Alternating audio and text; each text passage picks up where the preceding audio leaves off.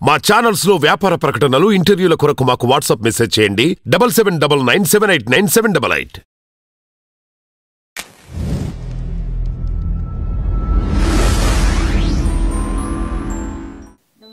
నమస్తే అమ్మా. విజయమ్మ ఎవరికి మద్దతు ఇవ్వచ్చు అంటారు? మరి కొడుక్క లేకపోతే కూతురుక? ఎందుకంటే ఇంతకు ముందు కొడుకు విషయంలో విజయమ్మ చాలా సార్లు మీడియా ముందుకు వచ్చి చెప్పడం కూడా జరిగింది. అవును. సో మరి అలాంటప్పుడు ఇప్పుడు కూతురు వెనకే మ్యాక్స్ ఎక్కువ అవకాశం ఉంది కదా ఉండేటట్టు. మరి మీ అభిప్రాయం ఏంటి? ఇప్పుడు ఎవరైనా తల్లిదండ్రులు అనేవాళ్ళు ఏం చేస్తారంటే కొడుకులు ఇద్దరు ఉన్నారనుకో, ఇద్దరు కొడుకుల్లో కొడుకు హాయిగా జామంటూ వెళ్ళిపోతున్నాడు అనుకో, వాడి గురించి పట్టించుకో. జనరల్గా ఏ తల్లిదండ్రి అంతే కదా.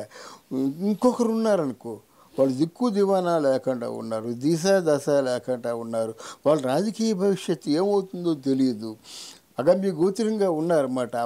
రాజకీయాల్లో ఒంటరి మహిళ పోరాటం చేయడం చిన్న విషయం కాదు. ఇవిడే ఇందిరాగాంధీ కాదు. ఏమవుతుందో కూతురు భవిష్యత్తు అనేటువంటి ఆలోచన ప్రతి తల్లికి ఉంటుంది. కనుక న్యాయంగా ఎవరైతే బిడ్డల్లో కొంచెం ప్రాబ్లమ్స్లో ఉన్నారో వాళ్ళ వెనక ఉండాలి. అది తప్పనిసరిగా విజయం కూడా షర్మిల వెంటే ఉంటుందని మనం ఆలోచిస్తున్నాం అన్నమాట. అది మరి అటుపైన ఆవిడ ఇష్టం ఎవరి వెంట ఉంటుందో, కానీ న్యాయంగా ప్రపంచంలో జరిగే ధర్మం ఇది. ఈ మధ్య షర్మిల విలీనం చేసుకున్నారు కదా కాంగ్రెస్ పార్టీలో. అవునమ్మా. మరి అదే సేమ్ జగన్ కూడా చేసే ఛాన్సెస్ ఏమైనా ఉన్నాయంటారు ఫ్యూచర్లో? డెఫినెట్గా అమ్మా. రేపు 24 ఎన్నికలు డిసైడింగ్ ఫ్యాక్టర్గా ఉండబోతున్నాయి. ఒకటి, చంద్రబాబు నాయుడు కానీ ఓడిపోయినట్టయితే ఆయనకి ఇంకా రాజకీయ అంటే ఆయన వరకు రాజకీయ సన్యాసమే.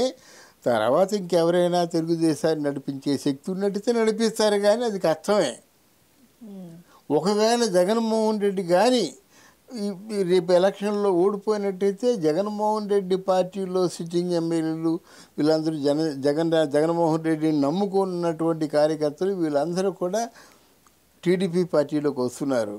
ఒకవేళ ఓడిపోయినట్టయితే జగన్మోహన్ రెడ్డి మళ్ళీ పార్టీని అలా నిలబెట్టడం అన్నది కష్టం ఆయనకి. జనరల్గా వెళ్ళిపోతున్న వాళ్ళని ఎవరు నిలబెడతారు?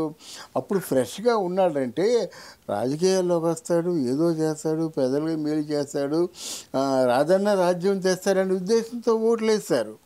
ఆయన తెచ్చిన రాజన్న రాజ్యం ఎలా ఉందో చూసేశారు ఈ 4.5 సంవత్సరాలుగా. ఇంకేమో కొత్త ఆశలు పెట్టుకొని జగన్ పార్టీలో ఎవరు ఉండరు. ఎక్కడ ఏ సీటు దొరక్కపోతే, ఎక్కడో ఎవరు ఆదరించకపోతే ఆ పార్టీలో ఉంటారు. కానీ ఇప్పుడు ఎంతమంది క్యూ కడుతున్నారు టీడీపీలోకి? ఒకవేళ టీడీపీలో కానీ స్థానం లేకపోతే జనసేన పార్టీలోకి వస్తారు.